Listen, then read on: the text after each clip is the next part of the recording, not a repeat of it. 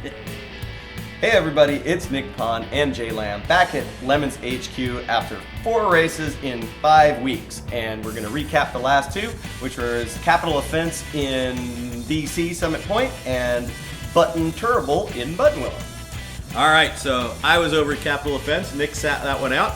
So here's the deal. This car's gonna dominate! Summit Point has the carousel, possibly the worst conceived, most entertaining turn in all of racing. That's hella sweet. We had 2 new guys show up with LeMons tattoos, which shows commitment. We like that. We had the Play-Doh penalty, where you have to make your entire race team out of Play-Doh. That was good. We had the 6 Series BMW Shark Car, complete with Jaws accoutrements. And my personal favorite, the Judge Mobile, the stretch 30-foot Geo Metro limousine. That was hella sweet. Here's your winners.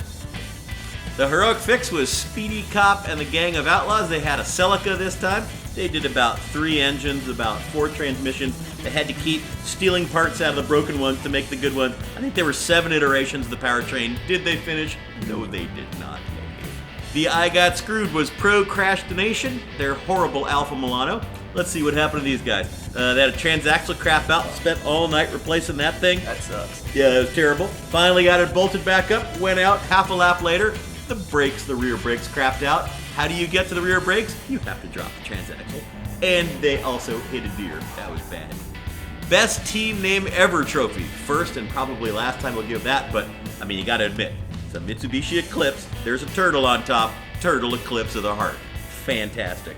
The organizer's choice, sorry for party, these Camaro guys, it's all they do, they party and amuse me, so there you go. And the IOE, Austin Powerless, a legit Austin Marina, went around and around, never broke, it was spectacular. At Turrible, Pretty sure this car's gonna dominate. this was the first event for our new MC, Dick McClure. He's a car buddy of ours. He's got a bunch of great / terrible vehicles, so Mostly terrible. we figured he'd be a great fit for this. The temperature was just terrible. It was about 500 degrees, and people were melting out, honking out, whatever. We went through I don't know how many gallons of water trying to keep everybody hydrated. It was awful.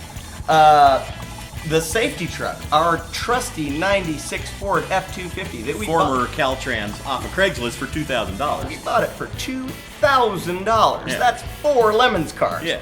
Yeah, so it puked out some oil sensor and was dripping all over the place. We weren't going to make it back, and that was terrible. But one of the guys, the team mechanic for the Model T GT, said, oh, hey, I know that. I'll go get the part from Napa, and I'll just take care of it. Don't even charge for the labor. Don't worry about it. He fixed it. We made it home. It was awesome, which made me realize those guys won the race. Cerveza Racing, always in contention for the win, or giving free beer out of the trunk of their car. As it turns out, the contenders are really nice guys. Just goes to show you. Here are the winners for the race. Organizer's choice went to the Nyancar. Now, of course, as you know, the Nyancar is a YouTube video with 100 million views, and it's a cat with the body of a Pop-Tart pooping out a rainbow and singing a catchy little tune. And this was the car equivalent, and they just had the thing playing, and it was just driving around all weekend. And it was everywhere. Every time you turned around, everywhere. It was fabulous. Judge's choice for this event went to the Salton C Ford Falcon. It's an awesome car. We've seen it before. It was no less awesome this time. The heroic fix for this race, a little bit unique because it was not heroic. They did not fix it. Yeah. But it was the Gladiators team, BMW E36. They were trying all weekend to get it running. It never even fired, and they were still there at the end when the awards were happening, so we had to give them a trophy.